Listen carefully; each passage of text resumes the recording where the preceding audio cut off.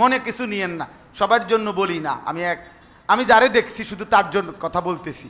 আমি এক সপ্তাহ আগে এক জায়গায় সারা রাত সফর করে মাহফিল থেকে আরেক জায়গায় জামু, ফজরের নামাজ পড়ছি পথে একটা মসজিদে। তো মসজিদে নামাজ পড়ে, মসজিদে শুধু ইমাম সাহেব একজন, মুসল্লিও একজন, স্রেফ একজন ফজরের নামাজে মুসল্লি। পিছনে এও একটা ছেলে, বয়সী একটা ছেলে দাঁড়াইছে। বিশাল সুন্দর অত্যাধুনিক মসজিদ, খুব চমৎকার মসজিদটা। মসজিদের অজুখানা, ইস্তেঞ্জার জায়গা, সব কিছু আপনার। আমি এক রাকাত পাই নাই, আরেক রাকাত নিজে মিলাইয়া পইরা এক পাশে আপনার আমি মাত্র বসছি।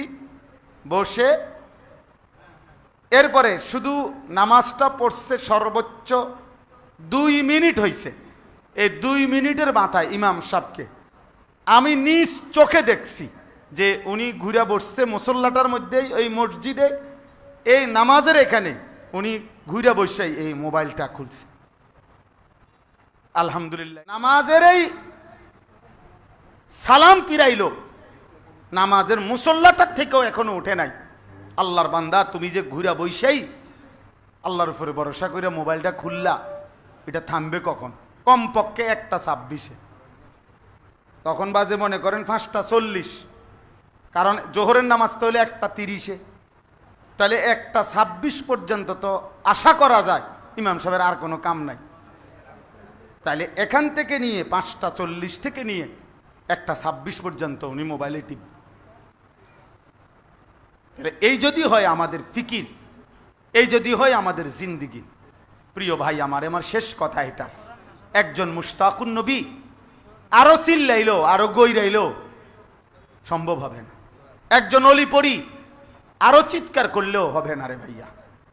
একজন 10 জন 20 জন হবে না, হবে না। সবাই 10,000 মানুষের সামনে বলতে হবে জরুরি না, সবাই 1000 মানুষের সামনে বলতে হবে এটা জরুরি না ভাইয়া।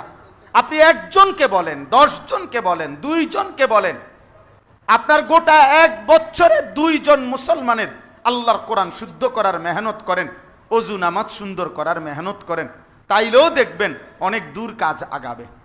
এজন্য আমার শেষ অনুরোধ আপনাদের কাছে, শায়েখের পছন্দের ওই আয়াত থেকে আমি বলছি, আল্লাহ তাআলা বলছে, ওমা তাকুনু ফি শানিন ওমা তাতলু মিনহু মিন কুরআনিন ওয়ালা তা'মালুনা মিন আমালিন ইল্লা কুননা আলাইকুম শুহুদান ইদ তুফিদুনা ফি।